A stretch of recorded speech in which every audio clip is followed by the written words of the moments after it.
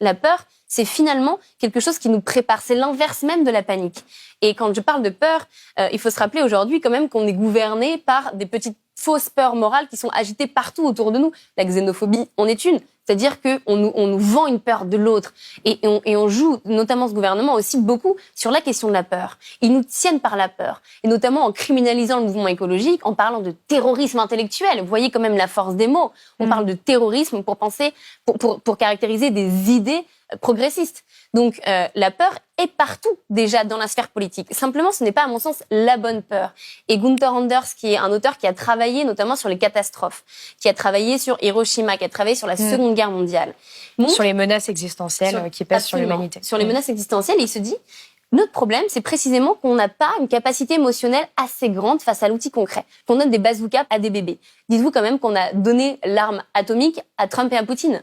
Donc, en réalité, on a des capacités d'autodestruction de par la puissance technique que l'homme est capable de créer.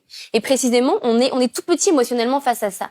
Donc, c'est très politique quand je parle du fait qu'il faut réhabiliter la peur. Parce que ce qui se passe là actuellement, c'est que on relègue la peur dans l'intime. Qu'est-ce que ça crée ?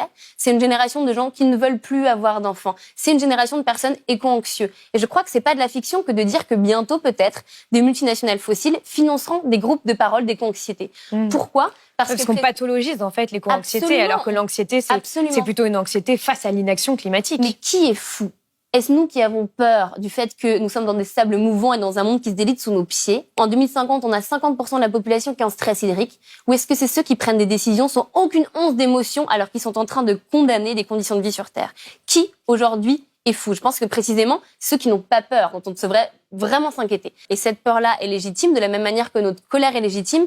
Et en la faisant sortir du cercle de l'intime, alors c'est intéressant parce qu'on dit aux autres, vous avez peur, moi aussi. Mais alors, on va s'organiser. Et alors, on peut avoir une peur qui nous sauve. Si une voiture fonce sur moi et que je n'ai pas peur, elle m'écrase. Si j'ai une peur à la hauteur du danger, alors je suis capable de fuir. Il faut que cette fuite soit collective et donc il faut qu'on soit capable de sortir de cette relégation de la peur à la sphère privée.